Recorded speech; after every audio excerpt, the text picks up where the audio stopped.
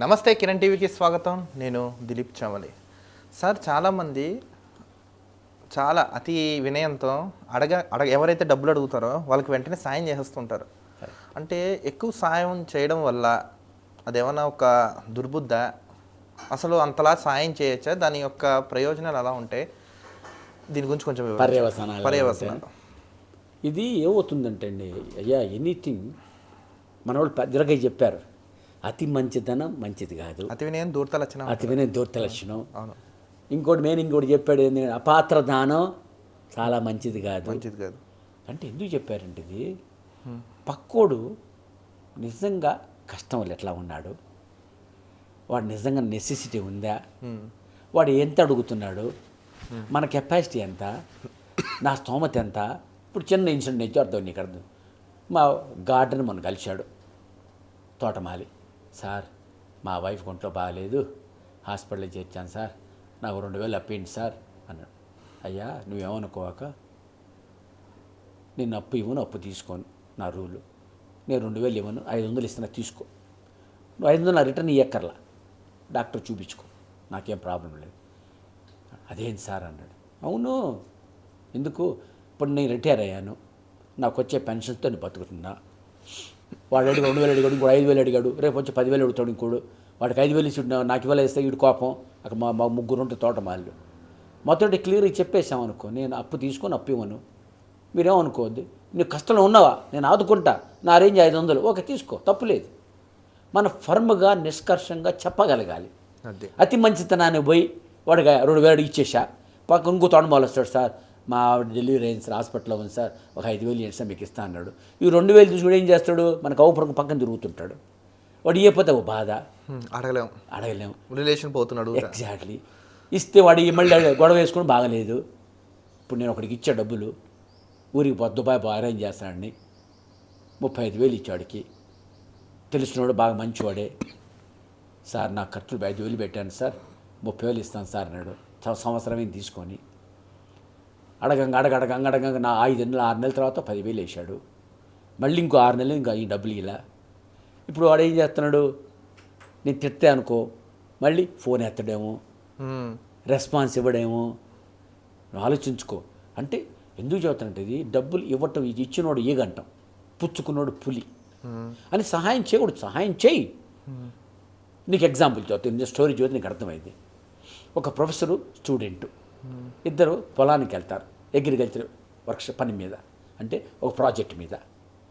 పొలాల్లో పని చేసుకుంటాడు, పేద రైతు ఉంటాడు, ఆయన పని చేసుకుంటున్నాడు. చెప్పులు అంటే వాడు బూట్లు అక్కడ ఇడుస్తాడు, నీళ్ళలో దిగాలి కదా, ఆ బూట్లు ఇడిస్తే స్టూడెంట్ అంటాడు ప్రొఫెసర్తో, సార్ మనం ఈ 2 బూట్లు దాచి పెడదాం సార్.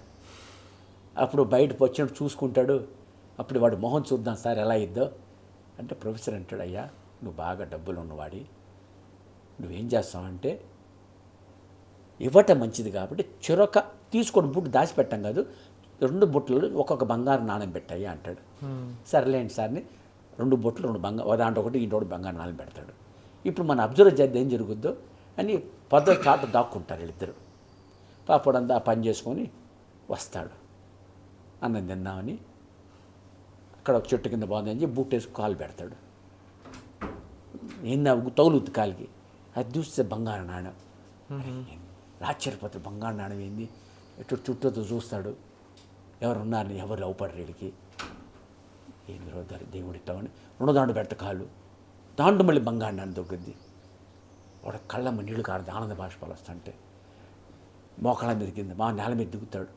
దిగి, స్వామి ఎన్నాళ్ళు కరుణించావు స్వామి, భగవంతుడా మా వైఫ్ ఎన్నోళ్ళు చాలా రోజులు పెట్టి అనారోగ్యంతో బాధపడుతుంది, నా దగ్గర డబ్బులు లేకపోయి ఏ విధంగా కరుణించావు స్వామి నన్ను, ఈ డబ్బులతో ఆమె ఆరోగ్యం చేయించగలను, ట్రాక్టర్ ట్రీట్మెంట్ ఇప్పించగలను, నిజంగా స్వామి నీ దయ ఎప్పుడు ఉండాలి స్వామి, నీ ఎవరు ఇచ్చారో కానీ నాకు ఇది అంతా నీ కరుణే స్వామి అని దేవుడు దండం పెట్టుకుంటే ఏడుస్తుంటాడు. అప్పుడు ఎవరు చూసి వెళ్ళి చిట్టు దాకుండా వాడు వెళ్ళిపోతాడు. అప్పుడు ప్రొఫెసర్ అంటాడు కుర్రవాడితో, చూడు నువ్వు బూట్ దాచి పెడితే అట్లా ఉండేది, నువ్వు డబ్బులు ఇస్తే ఎలా అంటే వీడు కళ్ళ నీళ్ళు వస్తాయి వీడికి కూడా. అంటే వాడు ఎంత కష్టపడుతున్నాడు, రోజుల డబ్బులు ఎక్కువ రావటల్లా, ట్రీట్మెంట్ ఇద్దరు మందులు డబ్బులు లేవు, నేను ఆషామాషికి ఇచ్చింది ఎంత ఉపయోగపడుతుంది వాడికి. ఇతరుల సహాయం చెయ్యాలి. ఎందుకంటే మానవ సేవే మాధవ సేవ. అదే మనం చేసిన ఇంటికి ఎందుకన్నా అంటే మనం చేసే మంచి పని మనకి ఎప్పుడు పాజిటివే. ఇహలోకంలో పరలోకంలో అంటాడు. అంటే ఇక్కడ చేసినా ఎవరు చేసినా మన పైన దీని క్రెడిట్ ఉంటుంది. ఎప్పుడు సహాయం చేయాలి, కానీ కరెక్ట్గా కష్టం ఉన్నోడికి సహాయం చేయాలి. అంటే నీ తాహతకి మించి చేయకూడదు. కొంతమంది ఏం చేస్తారు, అప్పటికి ఫ్రెండ్ అడిగాడు, అప్పు చేసి వాడికి ఇస్తాడు, మళ్ళీ వీడు తీర్చలేడు, అక్కడ ప్రశ్న పెరిగిపోతుంటుంది, వీడు ఇవ్వడు, ఇద్దరు రిలేషన్ దెబ్బతింటాయి. ఇప్పుడు ఏందని చూసారు, ప్రొఫెసర్ దాచిపెట్టి వద్దు స్టూడెంట్ అంటే బంగారం నాన్న అంటే ఇవ్వడం మంచిదే, ఎవడు కాదండు. ఇద్దరు సహాయం చెయ్యాలి మనం. అది మానవత దృక్పథం కూడా, అది సేవ. నీకు ఎగ్జాంపుల్ ఇద్దరు ఫ్రెండ్స్ ఉంటారు, రామేశం సోమేశ్ అని. ఈ రామేశం ఏం చేస్తాడు, ఆ ఊళ్ళో చిన్న ఊరు 500 మంది ఉంటారు. ప్రతి ఇంటికి ముసలోళ్ళు ఉంటారు, మందులు తెచ్చియటం, చిన్నపిల్లలు బస్సు రాకపోతే స్కూల్ డ్రాప్ చేయటం, ఎవరికన్నా ఇంట్లో సామాను కూడా తెచ్చియటం చేస్తుంటాడు.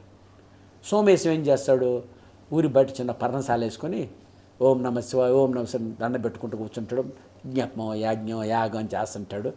భక్తి ఇద్దరు చచ్చిపోతారు. పైకి వెళ్ళగానే సోమేశ్వరం వెళ్తాడు, రామేశ్వరం దేవుడు పక్కన కూర్చొని ఉంటాడు. సోమేశ్వరం ఇక్కడ నిల్చుంటాడు ఎదురుగా. ఏం స్వామి ఇంత అన్యాయం స్వామి, లేచిన కాడి నుంచి నేను నీ జపం నీ యాగాలు నీ అన్ని ధ్యానం చేస్తున్నాను, నువ్వేమన్నా నన్ను నిల్చోబెట్టావు, రామేశ్వరం ఏమీ చేయలేదు, నీ పక్కన కూర్చోబెట్టుకున్నావు స్వామి అంటే, నాయన ఆడు ఎప్పుడు ఇతరులు మంచి చేశాడయ్యా, వాడు జీవితం మొత్తం సేవ చేశాడు ఇతరులకి, వాడి కోసం నాకు ఇది కావాలి, మోక్షం కావాలి, నాకు అది కావాలి, నాకు ఆయన ఏం అడగలేదు. నువ్వు నాకు దేవుడు మోక్షం కావాలి అని చెప్పి నువ్వు ఎప్పుడు నీ ఆలోచనతో చేసుకున్నావు అంటే నీ సెల్సి స్వార్థం కోసం. నువ్వు నా భక్తుడివే, అందుకు నేను నాకు దర్శనం ఇచ్చా, వాడు నాకు ప్రియుడు ప్రీతిపాత్రుడు, అందుకు నా పక్కన కూర్చోబెట్టుకున్నాను అంటే. సహాయం చేయటం మానవ సహజం, చెయ్యాలి, చాలా మంచిది కూడా. ఎందుకంటే మనం చేసిన మంచి మనల్ని ఎప్పుడు కాపాడుతూ ఉంటుంది.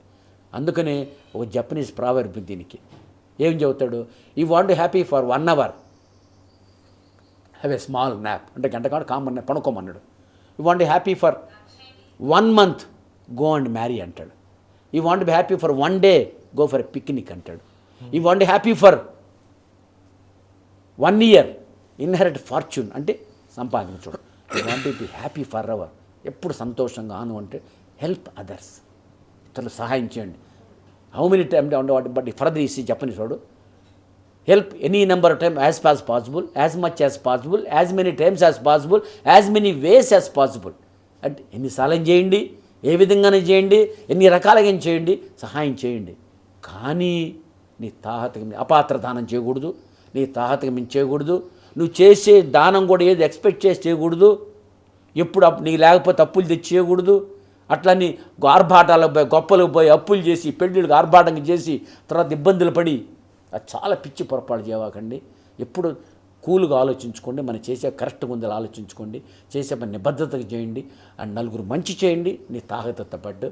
ఎప్పుడు మన అన్యాయంగా దారుణంగా అప్పులు చేసి ఇబ్బంది పడి మోసాలు చేసి పక్కన తిట్టి అప్పులు ఇచ్చుకొని తప్పులు చేసుకోవాకండి. అతి ఎప్పుడు మంచిది కాదండి. ఎగ్జాక్ట్లీ, అతి సర్వత్రే వర్జిత అంట చూడండి. కాబట్టి మీరే మీ జీవితం నలుగురు మంచిగా ఉండండి. నా జపనీస్ ప్రావర్లో నలుగురు ఎప్పుడు చేయండి, నీ చేతనైనంత వరకు, నీ తాహత వరకు నువ్వు చేయగలంతో చెయ్యి. ఎప్పుడు సహాయం చేయండి. నీకు డబ్బులు లేకపోతే సేవ చేయండి. ఇప్పుడు రామేశం చేసినట్టు, ఆ రామేశం మానవ సేవ మాధవ సేవ, దాంతో కూడా ఆయన దేవుడు ప్రీతిపాత్ర అయ్యాడు. డబ్బులు ఒక్కటేగా చేయడానికి, జ్ఞానం మంచి నాలెడ్జ్ స్ప్రెడ్ చేయండి. మంచి అంటే చెప్పాడు మన భగవద్గీత దేవుడు క్లియర్గా చెప్పాడు, 4 ఊళ్ళు చెప్పాడు. కర్మ మార్గం, ధ్యాన మార్గం, భక్తి మార్గం అండ్ మోక్ష మార్గం. జ్ఞానం ధ్యానం భక్తి మోక్షం కర్మ.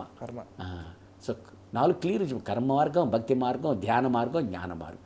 సో మీరు ఏ విధంగా సహాయం చేయండి, ఆదుకోండి, జీవిత సార్థక చేసుకోండి. మీరు మంచి చేస్తారు, చెయ్యాలి, కానీ మీ తాహతకు మించి మీ లిమిట్స్కి మీరు చేయవాకండి. అతి మంచితన పనికిరాదు. మీరు నువ్వు అన్నట్టు మీరు అలా జాగ్రత్త పడతారని, సహాయం చేస్తూ ఉంటారని, మీ జీవితం ధన్యం చేసుకోవాలని, మీరు దేవుడు ప్రీతి కావాలని చెప్పుకోవడం కోరుకుంటున్నాను. Thank you. చూసారుగా, మరో టాపిక్తో కలుద్దాం.